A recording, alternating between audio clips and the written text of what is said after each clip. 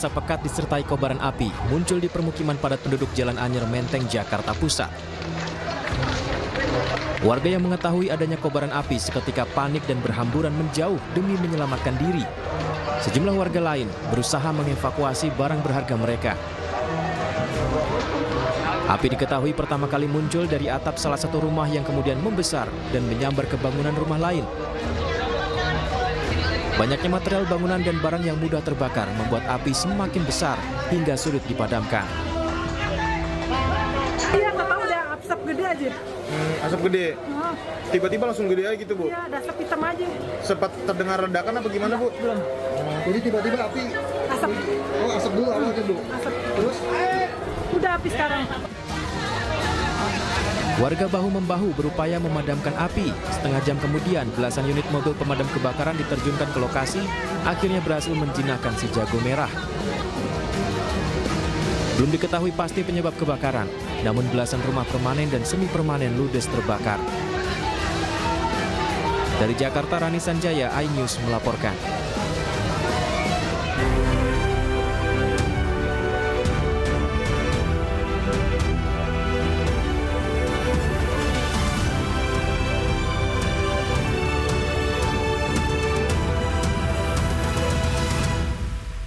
Pelatih Shin Tae-yong mengakui para pemainnya terbebani bertanding di turnamen Piala AFF 2024 ini. Namun timnas Indonesia dengan pemain mudanya terus berkembang kualitasnya hingga saat ini.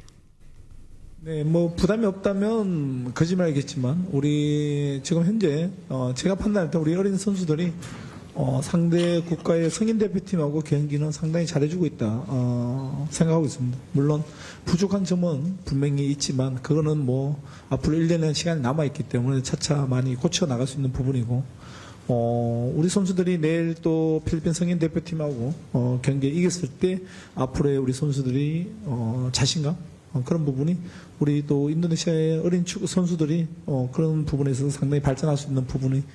Sementara itu para pemain muda Indonesia sepakat untuk bekerja keras demi meraih kemenangan lawan Filipina dan menargetkan lolos ke babak semifinal. Pastinya dari para pemain sudah prepare semaksimal mungkin untuk menghadapi pertandingan besok. Intinya semua para pemain pengen melanjutkan timnas Indonesia ini ke babak selanjutnya. Jadi mohon dukungannya buat pertandingan besok. Pertandingan besok itu sangat penting, jadi tolong dukung kita semua. Kalau soal beban sih kemungkinan pasti ada. Namun ya semua itu tergantung situasi di lapangan. Kita bakal bisa cetak gol lewat set piece atau lewat gameplay, itu tetap gol. Jadi mau lewat open play, mau lewat set piece itu tetap gol. Ya kalau itu bisa bikin kita menang, kenapa enggak gitu kan.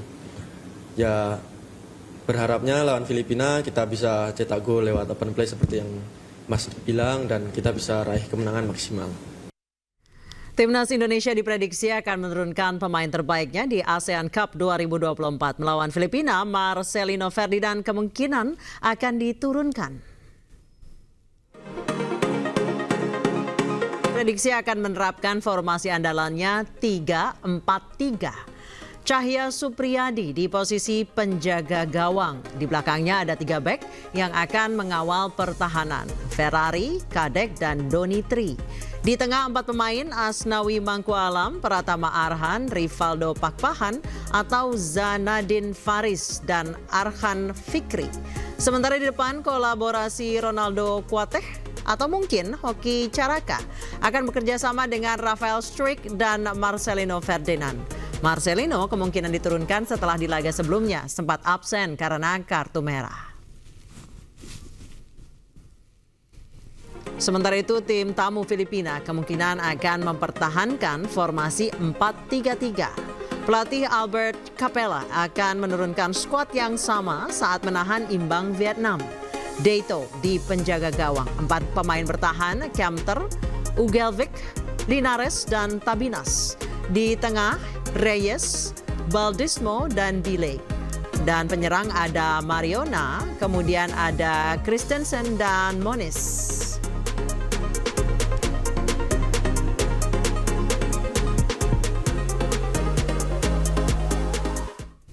Timnas Indonesia akan menjalani laga pamungkas di Grup B ASEAN Cup 2024 menjamu Filipina di Stadion Manahan Solo.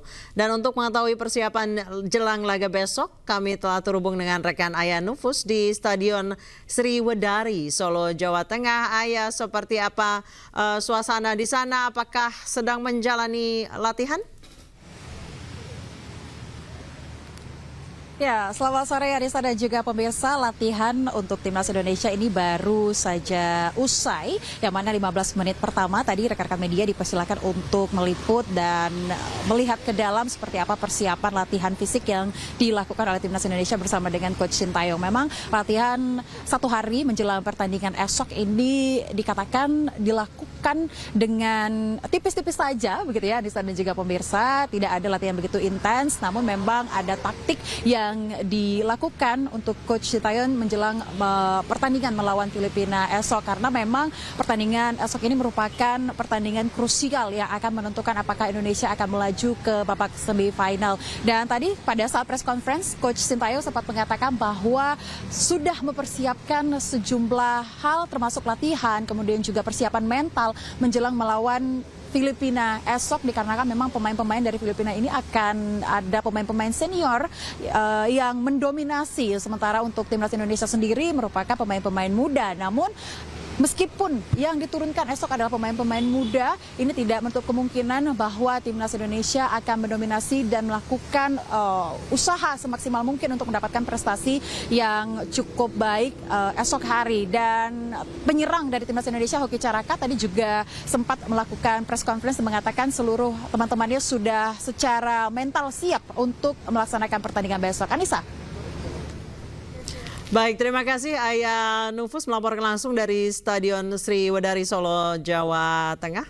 Selamat bertugas kembali. Dan pemirsa, bagaimana strategi Timnas Indonesia untuk menang saat menjamu Filipina dalam gelaran pamungkas Grup B ASEAN Cup? Dan untuk membahasnya kami telah terhubung dengan manajer Timnas Indonesia Sumarji dan mantan penyerang Timnas Indonesia Perry Sandria. Selamat sore Bapak-bapak. Selamat sore Mbak Anissa. Baik, Selamat sore. Baik, saya ke Pak Sumarji dulu, Pak Sumarji. Pak Sumarji, kami dengar Rivaldo Papan cedera, Pak. Kondisinya seperti apa saat ini? Ya, jadi kalau kondisi Rivaldo memang tidak mungkin untuk bisa dimainkan dikarenakan dia cedera, dan pemulihannya itu kurang lebih membutuhkan waktu antara 2-3 minggu ke depan ya. Jadi memang lumayan cukup parah sehingga membutuhkan waktu. Tetapi kalau secara keseluruhan para pemain kondisinya sangat baik ya, secara keseluruhan baik, dan tidak ada hal-hal yang mengkhawatirkan, terutama berkaitan dengan soal kebugaran. Semuanya bugar, 23 pemain, dan siap untuk menghadapi pertandingan besok. Baik, saya ke Pak Perry. Pak Perry, kami dengar bahwa katanya pemain Indonesia Garuda Muda ini banyak beban katanya untuk di Piala ASEAN Cup ini. Anda melihatnya sejauh ini sepak terjang Garuda Muda di ASEAN Cup ini seperti apa? Apakah sudah 11-12 nih sama seniornya? Ya, Pak. Saya rasa kemarin atas kekalahan lawan kemarin saya rasa itu kita lupakan lah. Sekarang kita harus fokus untuk melawan Filipina. Tidak bisa menganggap remeh, meskipun kita di atas kertas kita bisa memenangkan pertandingan ini melawan Filipina. Ya. Setidaknya kita juga harus mewaspadai pemain depan. Nah, sebelumnya timnas Filipina bisa menahan imbang seri melawan tim Vietnam. Harga mati menurut saya besok melawan Filipina harus menang, karena ini sangat berbahaya kalau kita main seri atau kira-kira kita menelan kekalahannya. Setidaknya untuk besok kita harus ambil 3 poin untuk bisa lolos ke babak berikutnya di semifinal. Baik, saya kembali ke Pak Sumarji. Pak Sumarji, kalau misalnya Rivaldo cedera, diganti siapa, Pak? Kemudian Marcelino main nggak, Pak?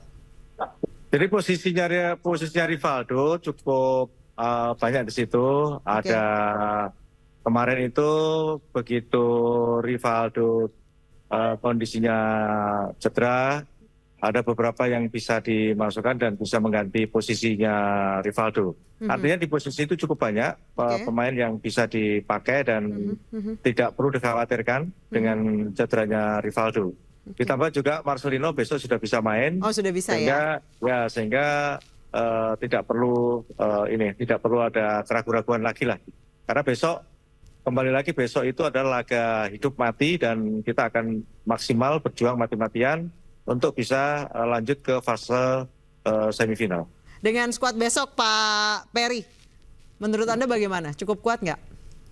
Saya rasa untuk pertandingan besok, saya rasa ini cukup bagus ya untuk yang diturunkan bisa oleh Coach Sintayong. Di sini 3 pemain menyerang semuanya harus turun ya. Marcelino alhamdulillah sudah bisa turun untuk besok pertandingan, dan Rafael Struijk juga mudah-mudahan besok bisa diturunkan. Begitu juga Rivaldo ataupun salah satu dengan Rofi Caraka. Ini 3 striker ini sangat mematikan ya. Ini sangat perlu untuk kita bisa mencari poin untuk besok melawan Filipina. Baik, saya kembali ke Pak Sumarji. Pak Sumarji, mental para pemain sendiri setelah kekalahan dari Filipina bagaimana, Pak? Baik, apakah jadi begini. Sempat down? Oh, jadi begini.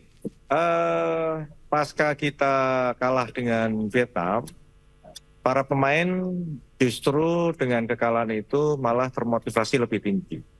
Lebih motivasinya lebih dikarenakan apa? Satu, kepingin membuktikan bahwa ketika kita mempunyai waktu yang cukup, ya, ketika kita mempunyai waktu hampir yang 1 cukup, minggu ya? Ya, itu pasti akan ada effort yang lebih gitu ya, ada kekuatan yang lebih. Terus yang kedua ini home. Nah, yang ketiga ini motivasinya karena kita kepingin lolos, sehingga betul-betul anak-anak termotivasi ingin mengeluarkan segala kemampuan yang dimiliki. Seperti itu. Baik, kalau dilihat dari history lawan Filipina, Indonesia cukup lebih banyak unggul dibandingkan Filipina. Namun kita lihat progres Filipina juga cukup pesat ya, Pak Sumarji. Mental anak-anak sendiri atau mental para Garuda Muda sendiri seperti apa yang terbangun saat ini, Pak Sumarji? Seperti tadi di awal saya sampaikan, mental para pemain itu lebih bagus dibandingkan dari sebelum-sebelumnya. Kenapa? Karena para pemain ini termotivasi. Dengan para pemain termotivasi kepengin lolos secara otomatis, mental ini benar-benar lebih terasah dan mental ini lebih kuat lagi. Saya mengambil contoh seperti bagaimana para pemain dengan sendirinya bisa menguatkan temannya untuk membangun semangat mental juangnya antar pemain itu sendiri. Ini kan bagian tersendiri yang patut kita acungi jempol kepada para pemain. Karena kan untuk membangkitkan semangat, membangkitkan mental itu kan butuh dorongan dari semua hal, dari semua pihak. Sehingga saya sudah maksimal, tim pelatih juga sangat maksimal. Nah, sekarang tinggal bagaimana para pemain itu sendiri. Nah, para pemain sendiri sudah berupaya bagaimana menguatkan mental teman-temannya dengan cara berbicara dari hati ke hati. Ini sesuatu yang luar biasa semangatnya para pemain dan itu sudah dijalankan. Baik, saya kembali ke Pak Peri. Pak Peri, Anda merupakan striker timnas yang mencetak 34 gol di Liga Indonesia. Tapi jika melihat timnas kita sekarang di Piala AFF 2024, gol-gol tercipta bukan dari penyerang dan open play. Menurut Anda apa kekurangan bagaimana mengasah penyerang-penyerang kita, Pak Peri? Ya, kalau untuk saya lihat di posisi menyerang, satu kebanyakan kita gol-gol itu tercipta pada set piece, terutama dari lemparan Arhan ya yang sangat yang fenomenal. Dan yang kedua banyak tendangan corner kick. Nah, dan ini kadang-kadang gol ini kurang tercipta dari kita punya skema permainan. Ya, sementara ini saya juga kasih masukan kepada Coach Sintayong lebih banyak berlatih membuat finishing di depan-depan gawang. Jadi ini nanti dalam bermain juga terbiasa. Karena saya lihat di striker anak-anak muda sekarang ini punya yang bagus sekali untuk bermain dan untuk cetak gol, karena mereka juga masih dengan usia-usia muda, mungkin kecepatan, tenaga mereka juga punya. Baik, saya ke Pak Sumarji terkait hal ini. Kritikan terkait gol bukan dari penyerang. Bagaimana Pak Sumarji tanggapan Anda? Ya, sepak bola itu kan sebenarnya kan 11 pemain. Tentu hasil akhir yang kita ingin capai. Kalau berkaitan dengan soal striker belum bisa cetak gol dan lain sebagainya, itu adalah proses. Dan ini yang harus kita perbaiki. Yang kita perbaiki, mudah-mudahan bisa lebih baik lagi. Saya izin dulu karena ini selesai latihan dan saya harus memberikan motivasi ke para pemain. Siap, Ya. siapa salam Baik. untuk Oke, para terima kasih. pemain, semangat untuk Ya. besok Pak Ya, Sumarji. masih. Baik, terima kasih banyak Pak Sumarji dan terima kasih banyak Pak Peri atas kesediaan waktunya bergabung dengan Anyu Sore. Selamat sore. Selamat sore.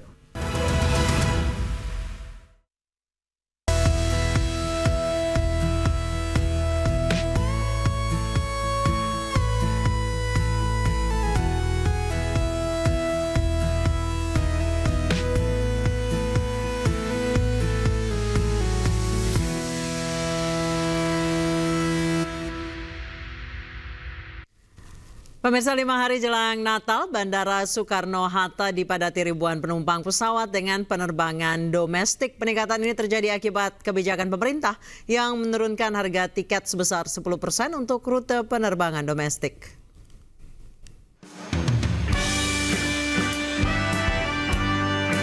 Terminal 3 Bandara Soekarno-Hatta terus dipadati ribuan penumpang. Para penumpang memanfaatkan libur Natal dan libur sekolah untuk pergi keluar kota atau pulang ke kampung halaman. Kebijakan penurunan harga tiket penerbangan domestik dimanfaatkan secara maksimal oleh masyarakat untuk bepergian. Pemerintah menetapkan harga tiket penerbangan domestik turun 10% selama libur Hari Raya Natal dan Tahun Baru. Meski demikian, masyarakat berharap agar kebijakan ini tetap dipertahankan seterusnya. Jadi kalau harapan dari saya ya jangan dikembalikan lagi harga semula, seterusnya ya minimal seperti ini, bagusnya turun terus. Ya, pas artinya biasa dapat harga berapa dan sekarang jadi berapa nih dengan penurunannya itu? Kalau saya biasanya di momen seperti ini dapat di harga 700-800. Untuk yang sekarang saya dapat di harga 600. Pengelola Bandara Soekarno mencatat tren peningkatan terus terjadi sampai akhir Desember. Sejak Jumat pagi, lonjakan jumlah penumpang pesawat terjadi hingga 177.436.000 penumpang, atau naik 11% jika dibandingkan dengan masa arus libur Natal tahun lalu.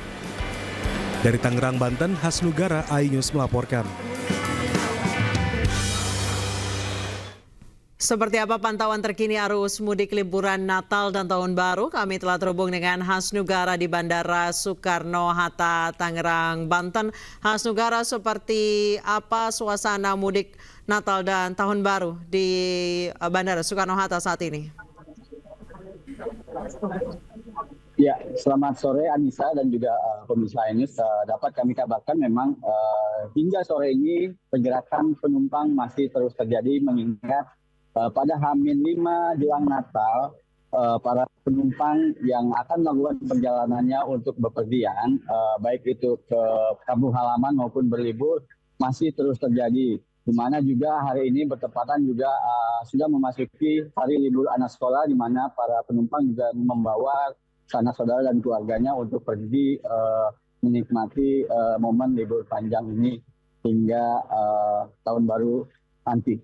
Kemudian juga pengelola bandara saat ini mencatat adanya terjadi tren kenaikan penumpang, di mana pada H-5 ini merupakan puncak arus yang telah ditentukan oleh pengelola Bandara Soekarno-Hatta, di mana sebanyak 177.000 penumpang dan kemudian juga diikuti oleh 1.130-an pergerakan pesawat.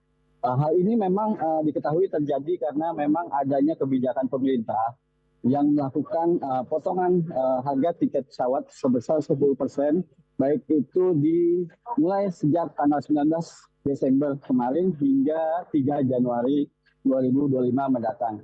Kita ketahui juga memang pihak pengelola Bandara Soekarno-Hatta juga menyiapkan fasilitas-fasilitas di setiap terminal, baik itu terminal 1, 2, dan 3, dan juga menyiapkan personil petugas disiagakan sebanyak 6.203 orang dalam mengantisipasi atau membantu pelayanan para penumpang yang melakukan perjalanan liburannya. Seperti itu, Anissa.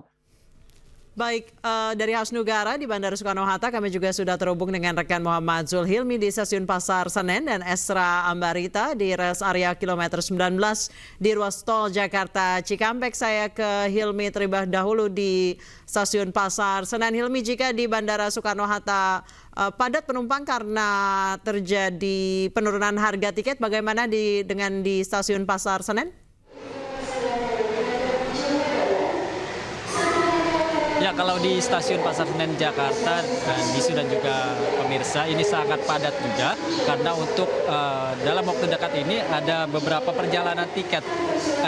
Maksud kami perjalanan kereta api menuju ke berbagai daerah. Untuk perjalanan kereta api yang terdekat adalah pada pukul 17.35, yakni kereta api Cikuray menuju tujuan Garut. Sementara itu untuk 17.25 ada kereta api Jayabaya tujuan Malang. Dan untuk saat ini pun kondisi di Stasiun Pasar Senen begitu padat. Ini mengingat saat ini merupakan hari menuju akhir pekan dan juga beberapa hari, 5 hari menjelang perayaan Natal 2024. Dan memang untuk PT KAI Daob 1 ini menargetkan untuk masa angkutan Natal dan juga Tahun Baru ini dimulai pada 19 Desember, yakni hari kemarin, hingga 5 Januari 2025 mendatang. Dan untuk hari ini saja sudah terjual lebih dari 38.000 tiket.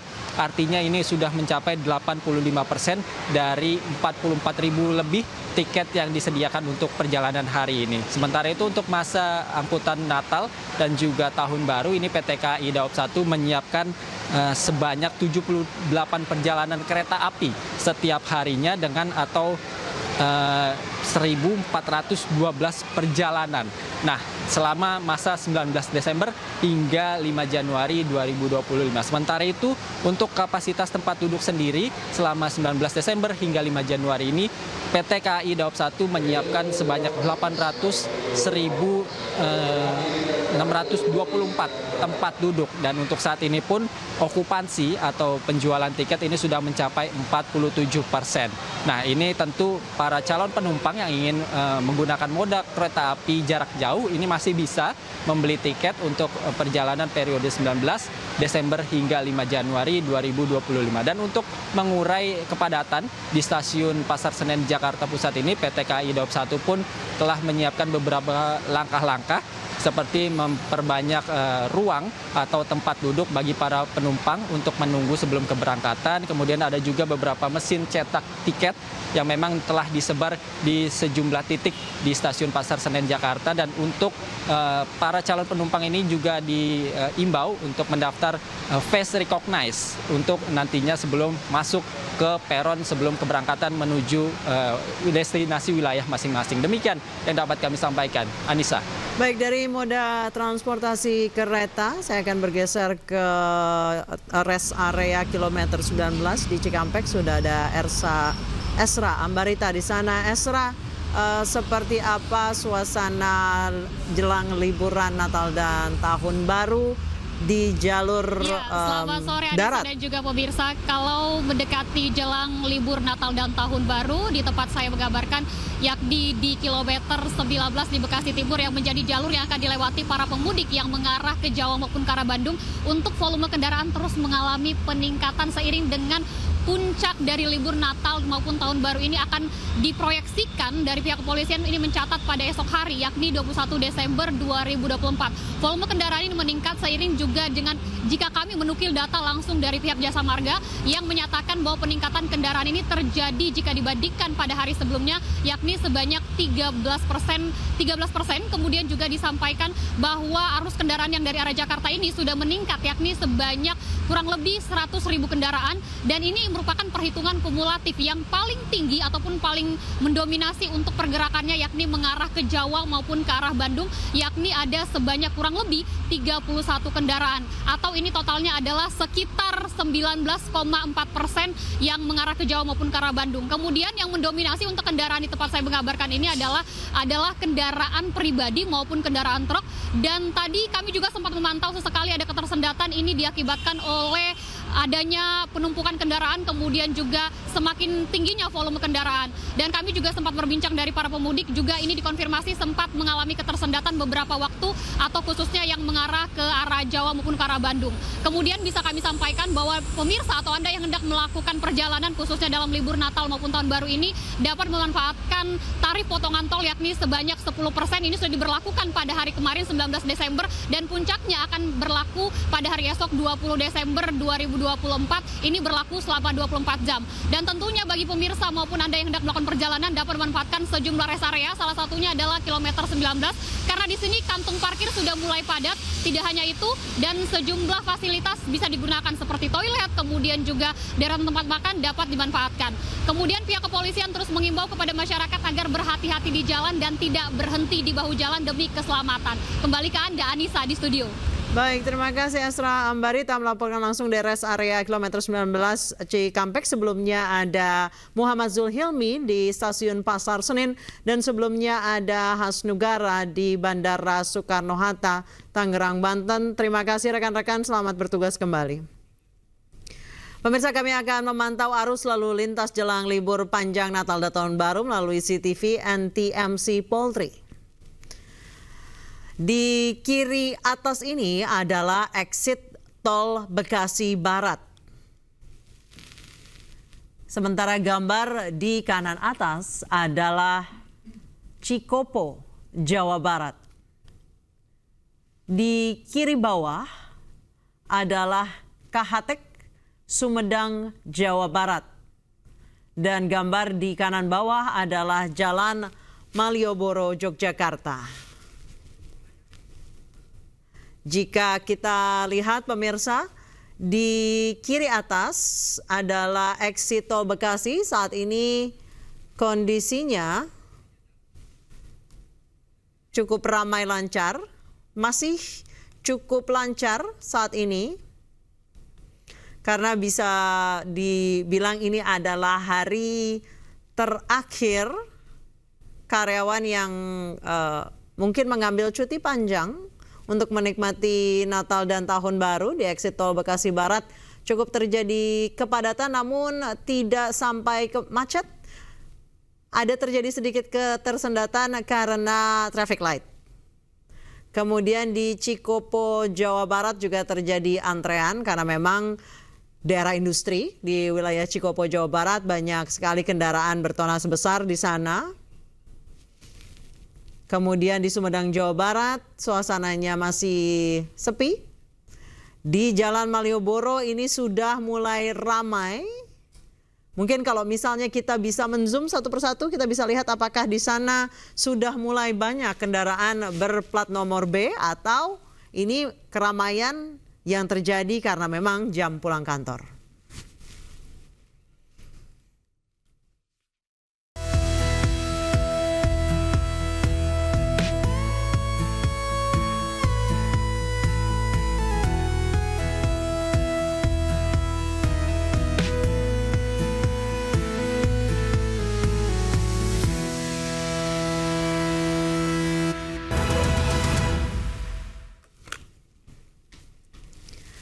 Terima kasih Anda masih bersama kami di iNews Sore. Pemirsa, Menteri Hukum Supratman Andi Aktas resmi mengakui kepengurusan PMI di bawah kepemimpinan Yusuf Kala berdasarkan kajian ADART PMI Indonesia. ADART dan kepengurusan PMI yang dipimpin Yusuf Kala juga telah dikukuhkan oleh Kementerian Hukum.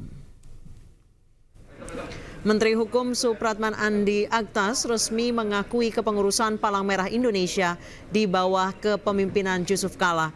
Hal itu disampaikan usai menyerahkan langsung balasan surat dari kepengurusan PMI Yusuf Kala di kantor Sekjen Kemenkum, Kuningan, Jakarta Selatan, Jumat siang. Dengan adanya keputusan ini, Yusuf Kala menyampaikan rasa terima kasih kepada Menkum Supratman yang telah mengukuhkan ADART dan kepengurusan PMI yang dipimpin Yusuf Kala secara aklamasi. Saya ingin menyampaikan bahwa kami telah menyerahkan balasan surat yang diajukan oleh pengurus Palang Merah Indonesia di bawah kepemimpinan Bapak Haji Yusuf Kala, dan sekaligus kami memberi jawaban bahwa pemerintah melalui Kementerian Hukum telah menerbitkan balasan surat yang pada intinya sesuai dan setelah kami melakukan kajian berdasarkan anggaran dasar dan anggaran rumah tangga dari Palang Merah Indonesia, maka Kementerian Hukum memberi pengakuan atas anggaran dasar dan anggaran rumah tangga sekaligus pengurus baru Palang Merah Indonesia di bawah kepemimpinan Bapak Haji Muhammad Yusuf Kalla. Kami dari Palang Merah, pengurus pusat Palang Merah menyampaikan terima kasih atas pengakuan baik anggaran dasar rumah tangga yang juga pengurus baru yaitu saya ketua dan Pak Fahir Sijen, yang lainnya Pak Hamid, ini salah satu ketua.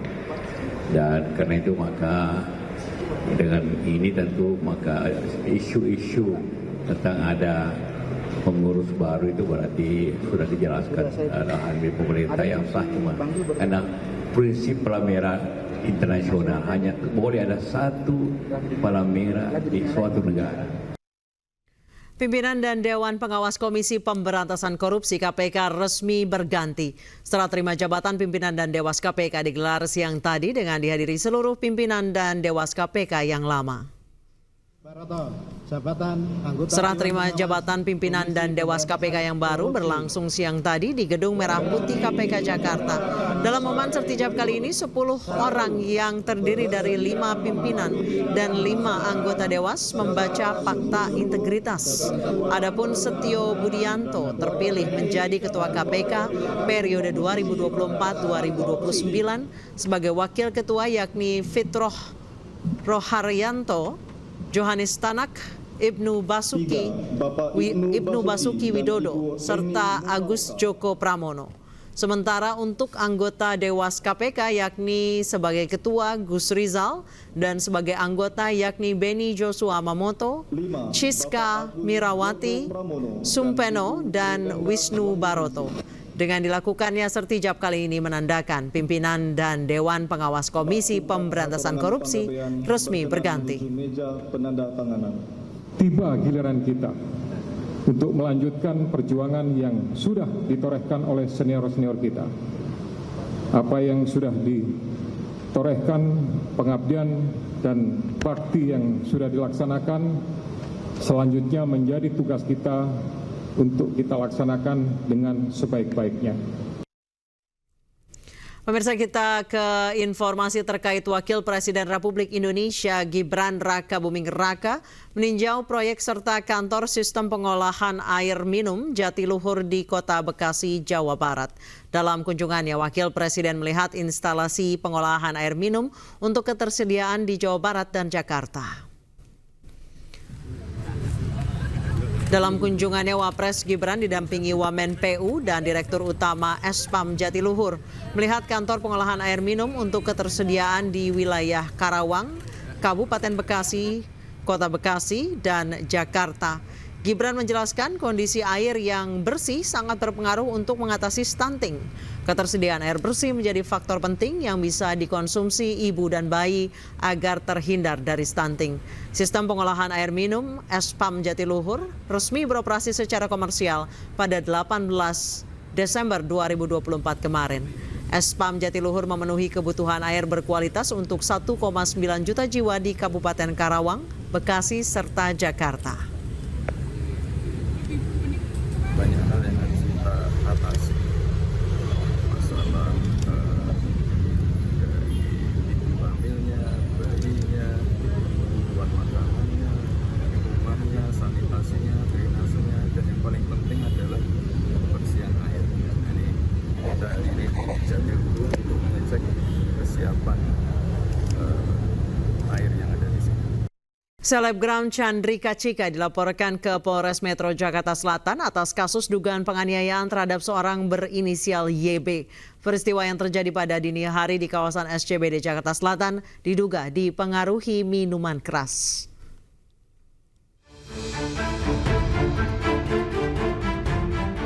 Selebgram Chandrika Cika dilaporkan ke Polres Metro Jakarta Selatan terkait dugaan penganiayaan.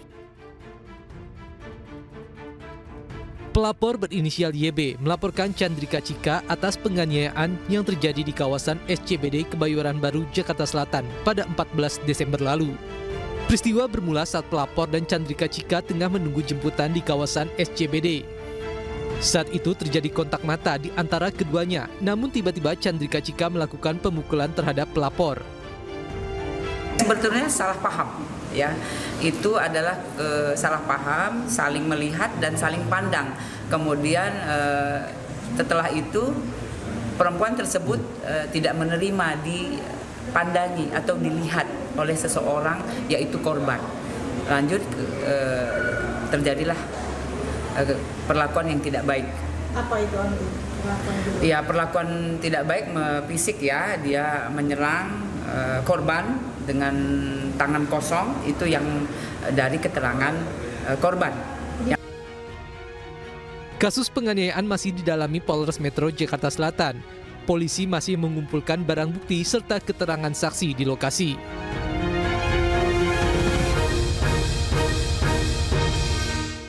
Diduga tidak terima ada orang lain yang berjualan, seorang ibu kantin di sebuah madrasah sanawiyah membuang dagangan seorang siswi. Padahal siswi tersebut berjualan untuk proyek mata pelajaran di dalam sekolah. Yang curi semua makanan.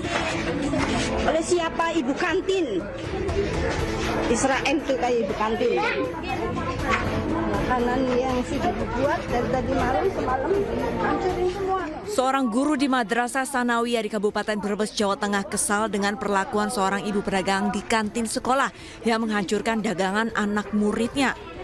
Rekaman dagangan siswinya yang dihancurkan pun viral di media sosial. Sejatinya, para siswa ini berjualan karena adanya proyek kewirausahaan sebagai bagian dari program mata pembelajaran penguatan profil pelajar Pancasila. Kejadian ini ternyata bukanlah pertama kali. Ibu pedagang di kantin tersebut sering mengintimidasi para siswa yang berjualan. Hal-hal seperti itu sering membuat siswa tidak nyaman atau tidak kondusif di lingkungan madrasah. Seperti itu.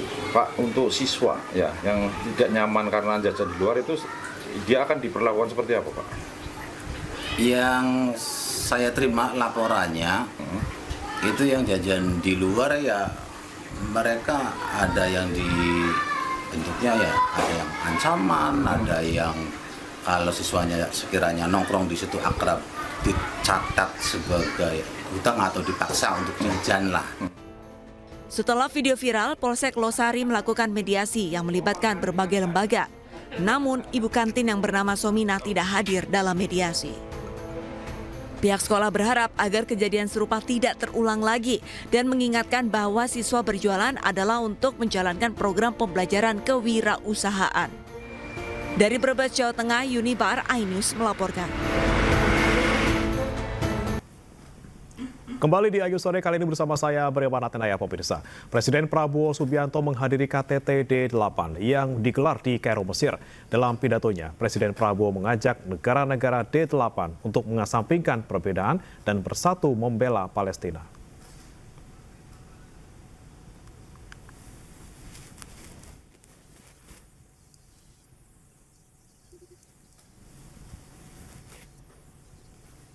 Tiba di The New Capital President Palace, Kairo, Mesir, Presiden Prabowo disambut Presiden Mesir Abdel Fattah el-Sisi. Saat sampaikan pidato di depan pimpinan negara anggota D8, Presiden mengajak anggota 8 negara berkembang D8 untuk mendorong pertumbuhan ekonomi demi mendukung dan memberi bantuan Palestina. Presiden juga menekankan bahwa tanpa persatuan dan tanpa mengatasi perbedaan, kelompok D8 tidak bisa kuat dalam menghadapi situasi geopolitik yang terjadi saat ini. Once again, we must learn from the geopolitical situation that's happening around us now. Without unity, without overcoming our differences, we cannot be strong. We say that we support Palestine, but if we are weak, how can we support Palestine? For that, D8 must be united. We must work together to be united. We must leave behind our differences. We must look for the greater good of our peoples. Without unity, without integration, we will be weak. And if we are weak, we will be exploited. That is the law of history.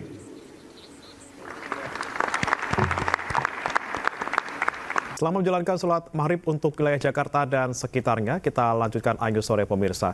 Presiden Prabowo Subianto mengunjungi mahasiswa Indonesia di Universitas Al-Azhar dalam kunjungan kenegaraannya di Kairo, Mesir. Sambutan hangat diberikan mahasiswa hingga meninggalkan kesan seperti dikunjungi orang tua sendiri.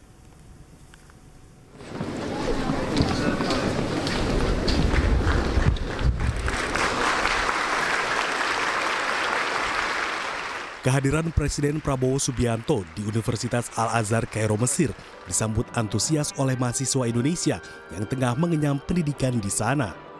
Dalam kunjungannya, Presiden Prabowo juga sempat berpidato di hadapan mahasiswa.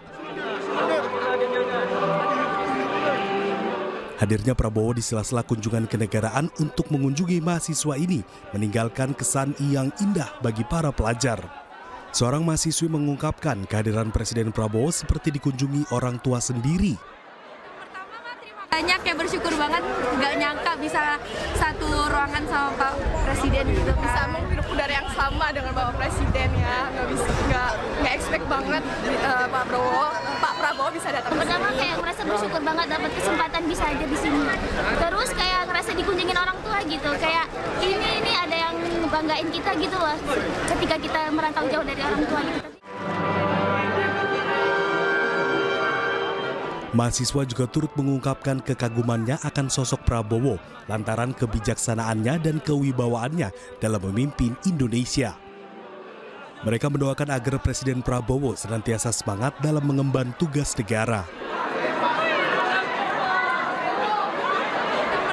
Pelabuhan Merak Kota Cilegon, Banten mulai dipadati penumpang menjelang libur Natal dan Tahun Baru. Diprediksi hari ini menjadi puncak mudik dan liburan masyarakat yang akan menuju ke sejumlah wilayah di Pulau Sumatera.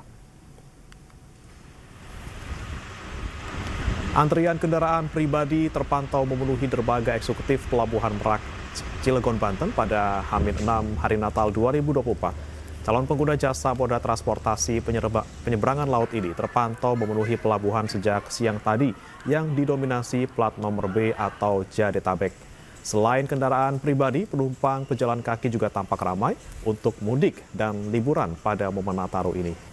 Data PT ASDP pada hari ini ada sekitar 177.000 tiket yang terjual dan 33.733 orang yang melintas melalui pelabuhan. Sementara kendaraan ada sebanyak 8.630 unit atau naik 6% dibandingkan periode yang sama tahun lalu. Saat ini pengelola pelabuhan mengoperasikan 29 kapal dan 7 dermaga. Anak-anak kan ambil cuti itu, kita sekalian aja untuk keluarga pulang kampung. Dari mana Pak? Dari Bekasi ke Palembang. Palembangnya di Jalan Sabta Marga, di Canggal. Menghadapi potensi bencana akibat curah hujan tinggi, TNI dan Polri membentuk Satgas Khusus. Satgas Khusus dibentuk untuk mengantisipasi potensi gangguan bencana yang timbul akibat cuaca buruk selama masa libur Natal dan Tahun Baru.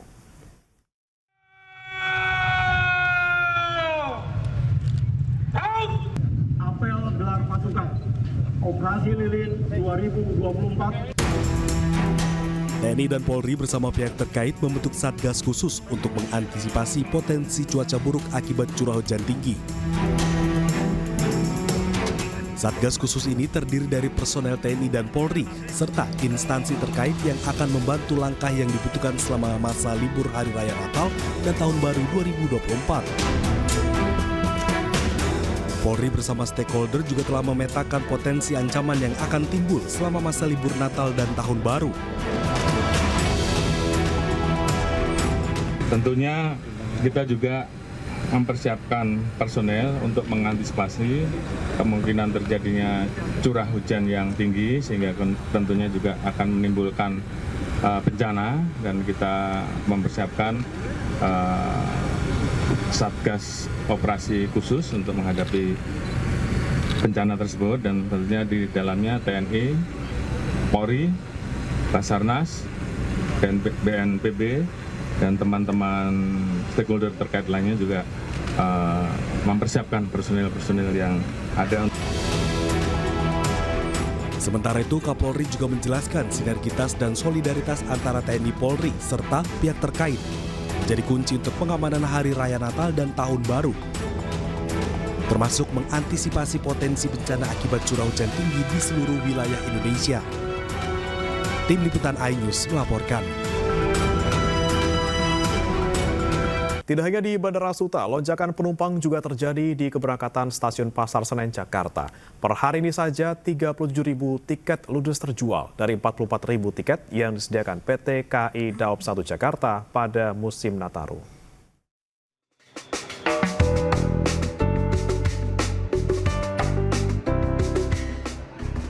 Memasuki periode libur Natal dan Tahun Baru, Stasiun Pasar Senen terpantau ramai oleh penumpang yang akan bepergian keluar kota Jakarta. PT KAI Daob 1 Jakarta memberangkatkan 78 kereta api, sudah termasuk kereta api tambahan per harinya yang berangkat dari Stasiun Gambir dan Stasiun Pasar Senen. Per hari ini tercatat ada 70.000 tiket terjual atau 85% dari 44.000 tiket per harinya yang disediakan oleh PT KAI Daob 1 Jakarta pada periode Natal dan Tahun Baru 19 Desember hingga 5 Januari 2024 mendatang. Iya, liburan. Berapa hari liburan kemana? Ke Banyuwangi terus lanjut ke Solo. Oke, ini sengaja sampai dalam. Iya. Iya, betul. Jadi pas libur anak juga sih sekolah. Udah jauh-jauh hari Mbak, ini pesannya juga. Ini pun udah di booking sama teman-teman. Jadi kami berangkatnya bertiga, ntar berangkatnya jam 12.10. Saya rasa harganya masih netral-netral aja nih Mbak kalau harganya. Karena dari kemarin buat teman-teman yang berangkat itu harganya nggak jauh beda juga sih Mbak. Sejumlah tujuan favorit masyarakat yakni Surabaya, Purwokerto, Semarang, Surabaya hingga Yogyakarta. Dari Jakarta, Dilami Aulia, Yudi Richard, iNews melaporkan. Panglima TNI dan Kapolri memimpin apel gelar pasukan Operasi Lilin 2024 di lapangan Puputan Niti, Mandala, Renon, Denpasar, Bali. TNI Polri telah menyiapkan skenario pengamanan masa libur Natal dan Tahun Baru dengan dukungan personil dan alutsista. TNI Polri dan stakeholder terkait berkomitmen memberikan rasa aman dan nyaman kepada masyarakat yang merayakan Natal dan Tahun Baru. Saat apel Operasi Lilin tahun 2024, seluruh pasukan dinyatakan siap, termasuk sarana dan prasarana. Diperkirakan terjadi pergerakan masyarakat sekitar 110,7 juta orang saat masa libur Natal dan Tahun Baru. Jumlah ini meningkat sekitar 2,83% atau kurang lebih 3,4 juta dibandingkan tahun lalu. TNI juga memberikan dukungan puluhan ribu personil dan menurunkan sejumlah alutsista untuk mendukung mitigasi terutama saat cuaca buruk yang diperkirakan terjadi di akhir tahun. Diperkirakan puncak arus mudik akan terjadi mulai tanggal 21 Desember dan tanggal 28 Desember. Sementara puncak arus balik diperkirakan tanggal 29 Desember 2024 dan 1 Januari 2025. Dalam pelaksanaan dukungan Natal dan Tahun Baru, TNI sudah menyiapkan secara keseluruhan 80.856 personil yang tersebar di wilayah Indonesia, khususnya di Polda Bali, personil sejumlah 3.500 personil. Kemudian juga TNI memberikan dukungan transportasi darat, laut, dan udara. Pemerintah memprediksi sebanyak 110 juta perjalanan akan tercatat dalam masa libur Natal dan Tahun Baru atau Nataru 2024, mulai perjalanan darat, laut, udara, dan kereta api. Untuk menjamin ketersediaan energi, PT Pertamina Persero menurunkan Satgas Nataru 2024 mulai tanggal 16 Desember 2024 hingga 9 Januari 2025 di seluruh wilayah Indonesia.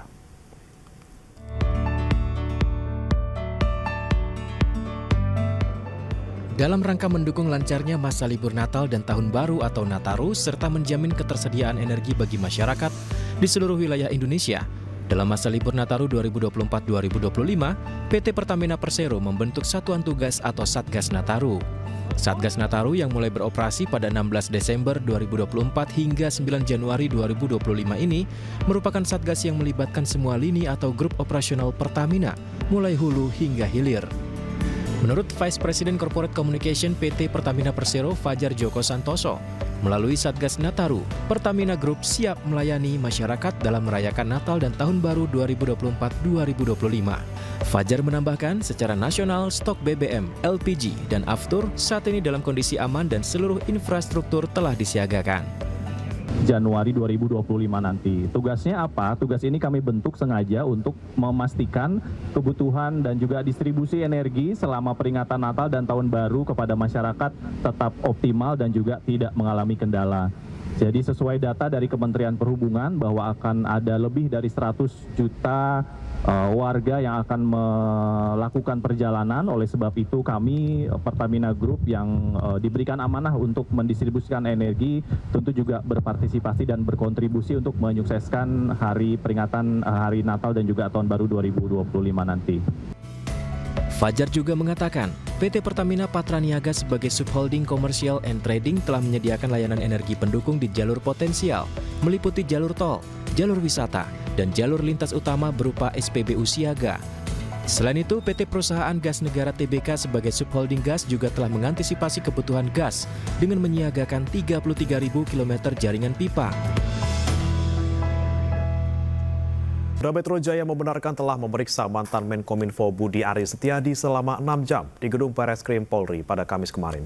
Budi Ari yang berstatus sebagai saksi dicecar 18 pertanyaan terkait perkara tindak pidana korupsi dugaan penerimaan hadiah atau gratifikasi di Kemenkominfo tahun 2023 dan periode 2022-2024.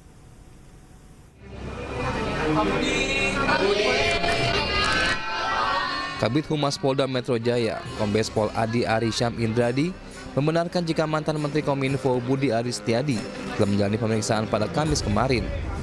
Pemeriksaan dilakukan oleh penyidik gabungan dari Subdit 3 Tipit Kordit Reskrimsus Polda Metro Jaya dan Kortas Tipit Kol Polri di Gedung Barreskrim Polri. Dalam pemeriksaan tersebut, Budi Ari dicecar 18 pertanyaan. Budi Ari yang berstatus sebagai saksi diperiksa terkait perkara tindak pidana korupsi berupa dugaan penerimaan hadiah atau janji atau gratifikasi oleh oknum penyelenggara negara pada Kemenkominfo di tahun 2023 dan Kemenkominfo periode 2022-2024.